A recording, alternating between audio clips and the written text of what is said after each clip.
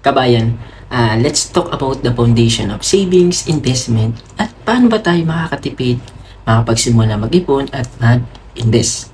For this video, ipapakita ko sa inyo paano ko nga ba ginagawa ang pagsisave at pag-i-invest ko.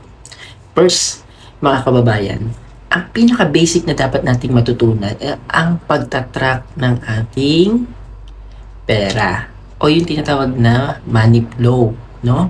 Kailangan natin maintindihan saan ba napupunta yung pera natin. Kailangan natin makalculate yung every peso count, yung pagpasok at paglabas ng pera sa atin. Diyan papasok yung pagbabudget. Dapat planuhin natin mabuti. Gumawa tayo ng monthly budget. Alamin natin ang ilang mga money rules. So ito yung malaking tulong, no, para ma-organize natin, na ma-manage natin ng mabuti ang ating pera. Ang ilang mga money rules tulad ng 50-30-20, 40-30-20-10, o ang 70-20-10. So, sa pag-iipon, kung ano yung magiging swak para sa inyo, no, para ma-budget nyo na mabuti yung pera. Tandaan, laging unahin ang para sa savings at investment. Kahit maliit lang, no, mahalaga makapagsimula tayo. Kasi walang ibang formula kundi ang pagkontrol sa pera na meron tayo. Ayan ang pinaka-basic, no, na dapat natin maunawaan at maintindihan. Mahalaga magkaroon tayo ng disiplina sa paggastos. Mahalaga na matrack talaga natin yung bawat gastos natin para maiwasan natin yung spending habits at unwanted expenses. Sa akin kasi, literal kasi talagang kami, iniipon namin yung mga coins. No? Right now, yung mga coins ginagamit ko talaga. No? Kung may mga bibilin or pambayad sa Uber or yung mga charges, no, pag nagde-deposit ako ng pera. So, yun. Maglaan tayo ng oras sa pag-aaral, no? Kailangan nating aralin ang ilang mga passive investment. Tandaan at uulitin ko, yung investment kasi is sobrang risky, no? So, kailangan talaga natin maglaan ng oras para matutunan, like yung stock market, mutual funds, bonds, and real estate. And yung lagi kong sinasuggest na Pag-ibig MP2, maraming business or investment opportunity para sa ating mga OFW. Yun nga, tulad ng MP2 Pag-ibig, SSS, Retail Treasury Bonds, yung mga cooperative share capital, money market, bonds, and SSS, no, yung contribution natin.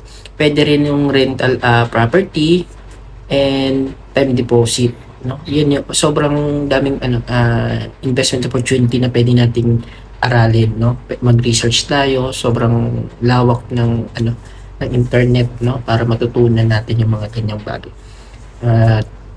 Para mabigyan natin ng paghahanda yung retirement natin. Ang pag-ipon talaga dapat merong disiplina, no? And maging habits natin yun. Dati kasi nag-iipon ako, no?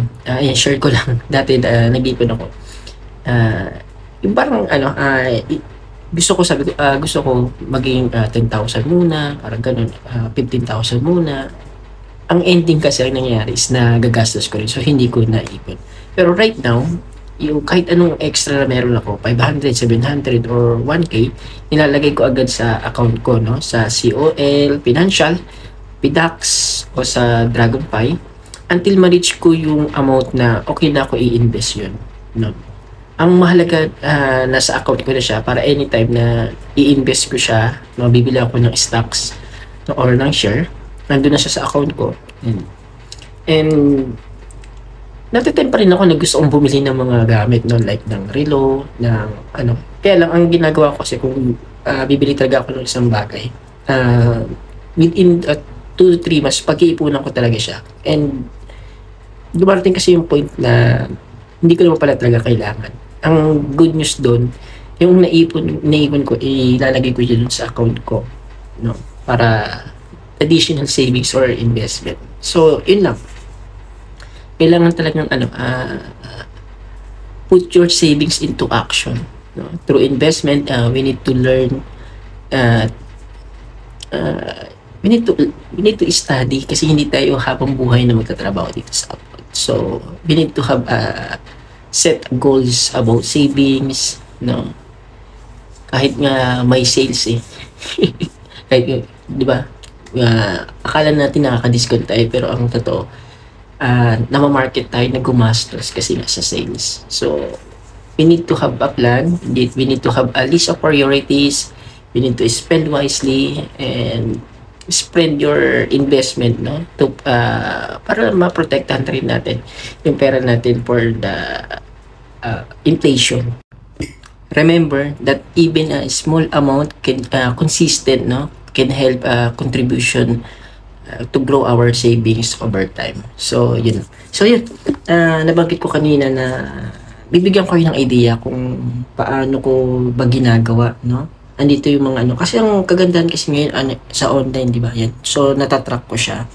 Ito, bibigyan ko yung idea. Halimbawa ito, meron ako yung sa bonds. Ito gusto kong i-highlight sa inyo to kasi sobrang laking tulong sa akin itong retail bond. Lagyan ko lang yung account ko. Yan. So ito yung bonds PH.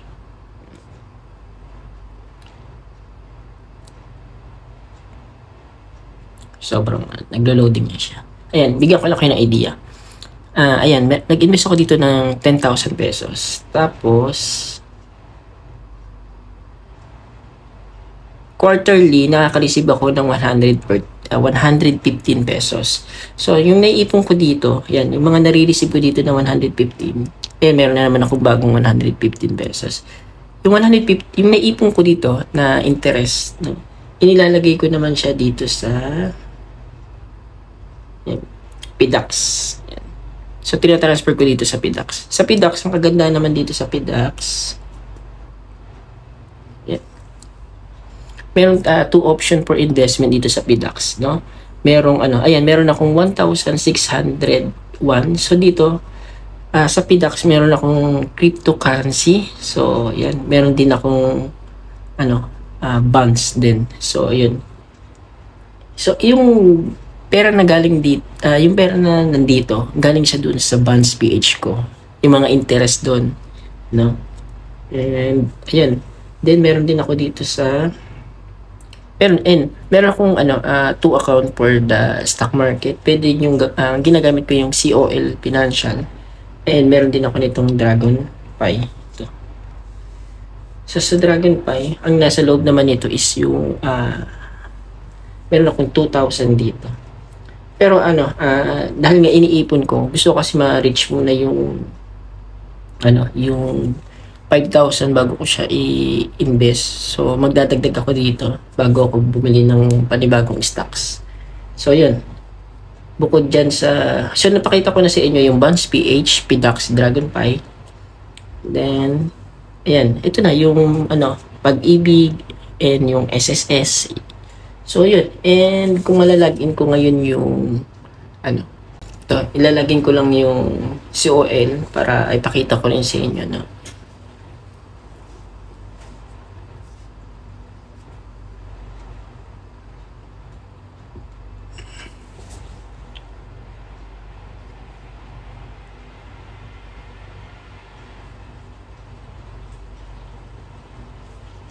Kaya sabi ko sa inyo, kahit maliit lang na amount, no, mag-start kayo mag-ipon or mag-invest na.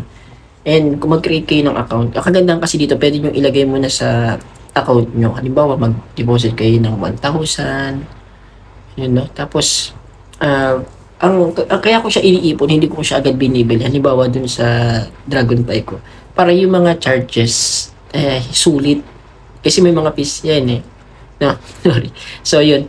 So, hindi ko agad siya binibili. Iniipon ko, gusto ko, ma-reach ko yung 5,000, 8,000 to 10,000 bago ko siya ibili ng stocks. And, ayun, nilalagay ko lang siya sa account ko, no? Para hindi ko kasi magastos. Ayun ang point ko, para hindi ko siya magastos. Pero ngayon, meron naman na akong disiplina. Ang priority ko talaga is to save and invest.